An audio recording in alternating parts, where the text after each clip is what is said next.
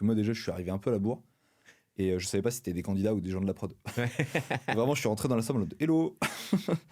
Et tu vois, je me suis assis, bah moi il y avait Kylian, on se connaissait déjà avant parce qu'on avait travaillé avec du coup Cyril Boulet, le chef de la marine, qui lui était parti à Chambéry après, il avait bossé avec Kylian, donc on s'était déjà rencontrés.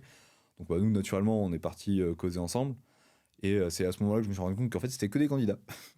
Et du coup tu te retrouves qu'avec des gens qui parlent le même langage que toi. Ouais, Et en fait c'est un moment qui est assez ouf, c'est que personne se connaît, mais en fait la discussion elle se fait tellement naturellement parce que bien sûr, on parle tous de la même chose, on kiffe tous la même chose, et on absolument. est tous là pour vivre une expérience de fou. Et cette année, on a eu la chance, c'est que personne n'était là en mode méga compète, je veux tout déchirer, à part mon petit Greg.